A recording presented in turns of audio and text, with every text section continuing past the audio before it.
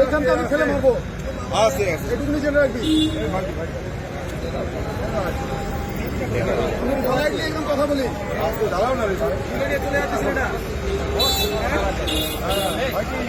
হবে না, মাথা হেঁটে নেই তোমার। এখন বড় অ্যাক্সিডেন্ট হবে। আরে দেখে নাও না কেন?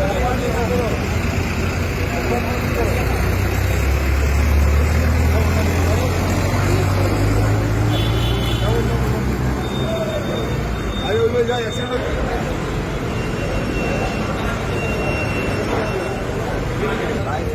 গাড়ি চালানো যায় না।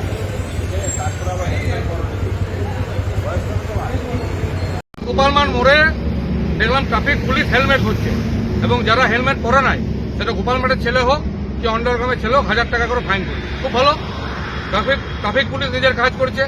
এই রাস্তাগুলাকে ঠিক করবে, এই যে রাস্তাগুলা, এই পেট্রোল পাম্পের সামনে রাস্তাগুলা বনগা মোড়ের, এই রাস্তাগুলাকে ঠিক করবে, এনএইচ ঠিক করবে, রাজ্য সরকার ঠিক করবে, ট্রাফিক পুলিশ দায়িত্ব দেবে, এই রাস্তাগুলাকে ঠিক করবে।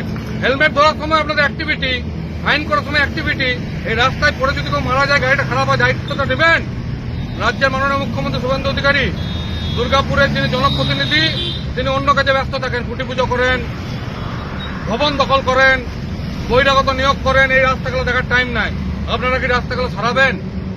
রাজ্যের মুখ্যমন্ত্রীকে অনুরোধ করলাম, রাস্তাগুলো সারান।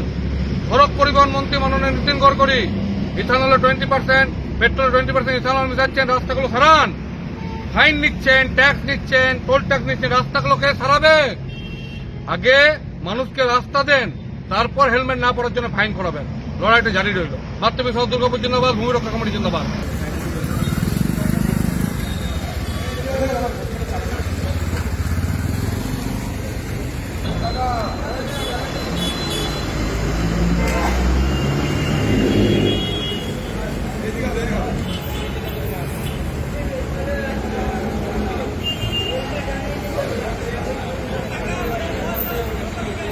গাড়ির পেপারটা দেখে ঠিক আছে না?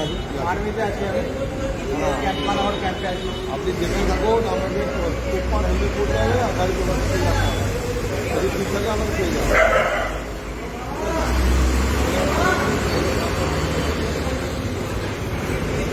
গাড়ি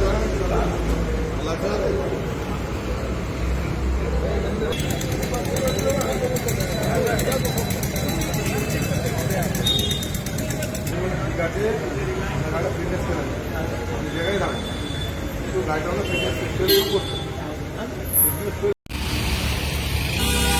গত কয়েকদিন ধরে দুর্গাপুরের মানুষ যদি বাজারে যাচ্ছে, ঘর থেকে বেরোচ্ছে, তাতে ট্রাফিক পুলিশ হেলমেট নাই কেন বলে ফাইন করছে, ধরছে, গাড়ির কাগজ দেখছে।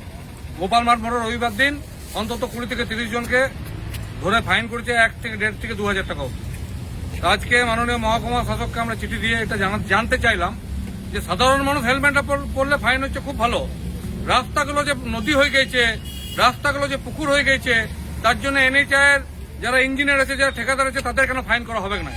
রাস্তাগুলো চাঁদের পাহাড় হয়ে গেছে, তার জন্য পূর্ত দপ্তরের ঠিকাদারদের কেন ফাইন করা হবে না? যদি ফাইন হবে তাহলে সবাইকে ফাইন হোক।